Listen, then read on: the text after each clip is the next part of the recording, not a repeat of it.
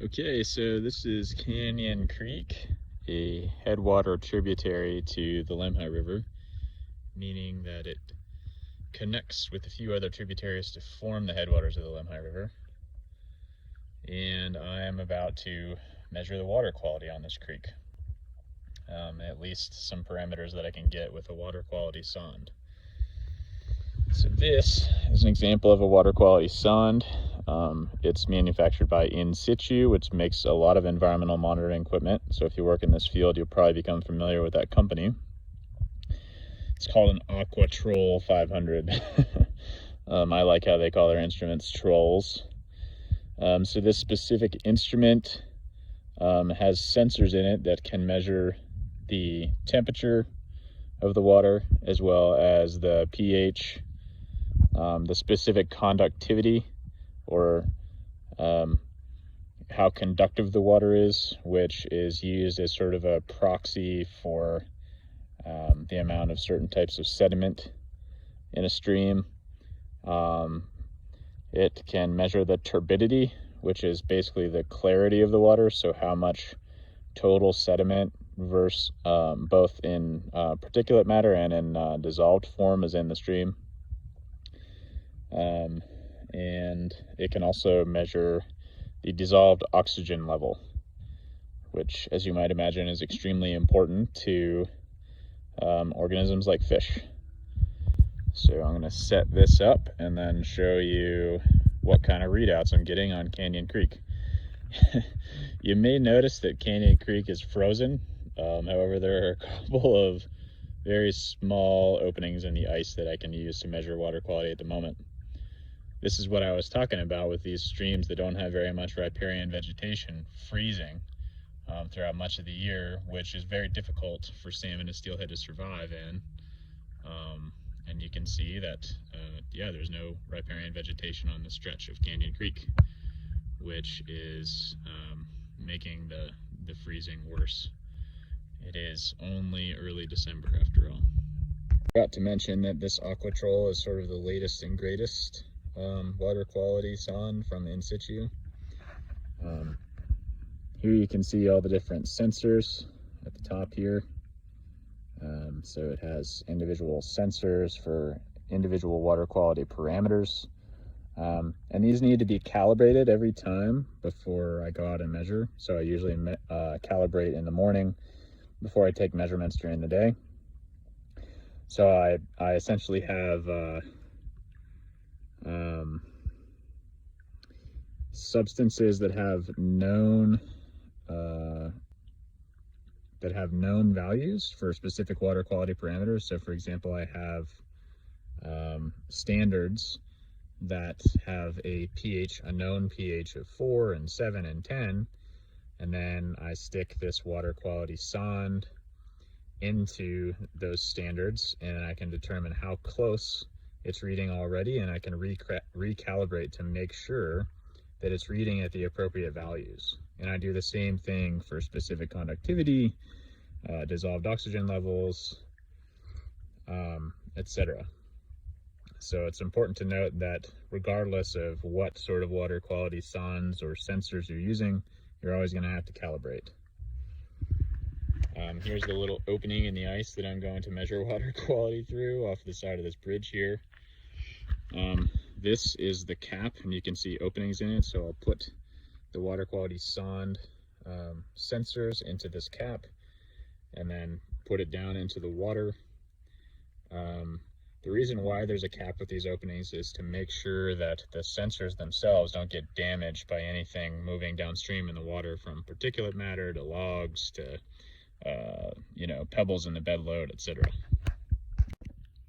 Okay, so this handy little device here that is attached to the water quality sonde using a cord is actually a Bluetooth device that communicates with my phone, so I can get readouts of the water quality parameters of interest whenever I would like. So I set up the water quality sonde to take live readings every 10 seconds. I typically do this, and this is typically what a water quality field analyst would do. And then I sort of wait until those readings stabilize. Some people will use a set amount of time that they wait, and some wait until the readings only move within a certain defined threshold for 3 or 5 readouts in a row. So I'm getting these readouts on my phone, which is what I'm using to record this lecture. So I'll have to actually post the readouts in a PowerPoint slide, and then I'll discuss them. So stay tuned.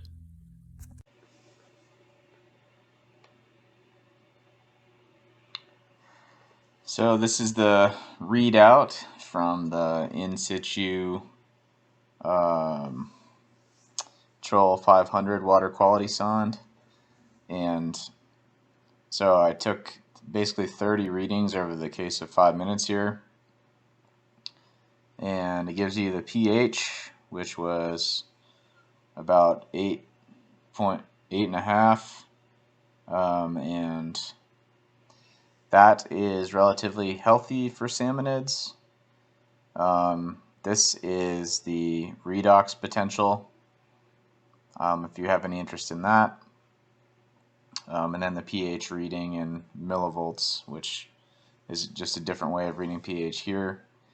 It gives you the actual conductivity and the specific conductivity. So how conductive is the water that you're measuring?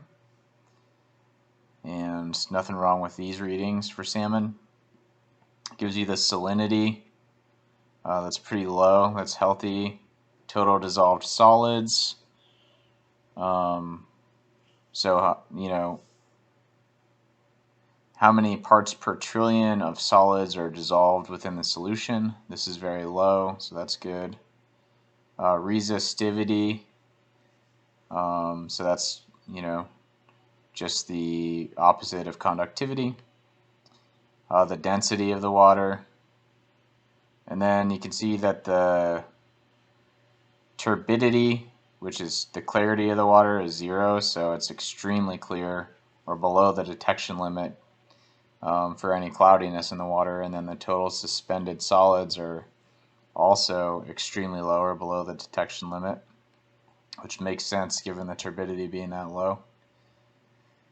And then it reads out the dissolved oxygen concentration in milligrams per liter here. Usually you want that to be over 8 to be healthy for salmon, so that's good.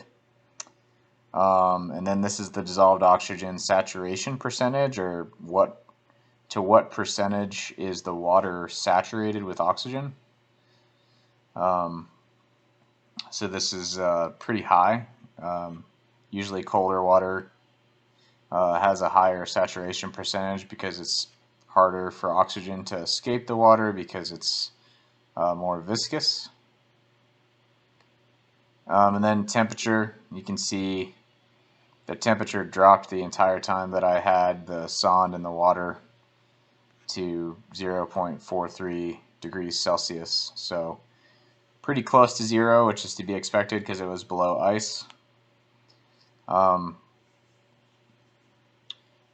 This is really the only water quality parameter that I measured on Canyon Creek that is unhealthy for salmon.